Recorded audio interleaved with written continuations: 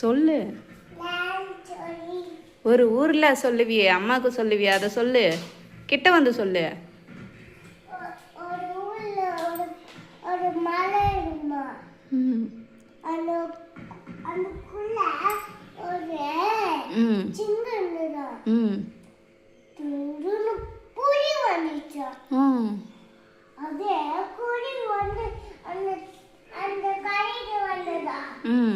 அப்படியே அந்த சிங்கம் இங்கே நின்று சொல்லணும். இங்கே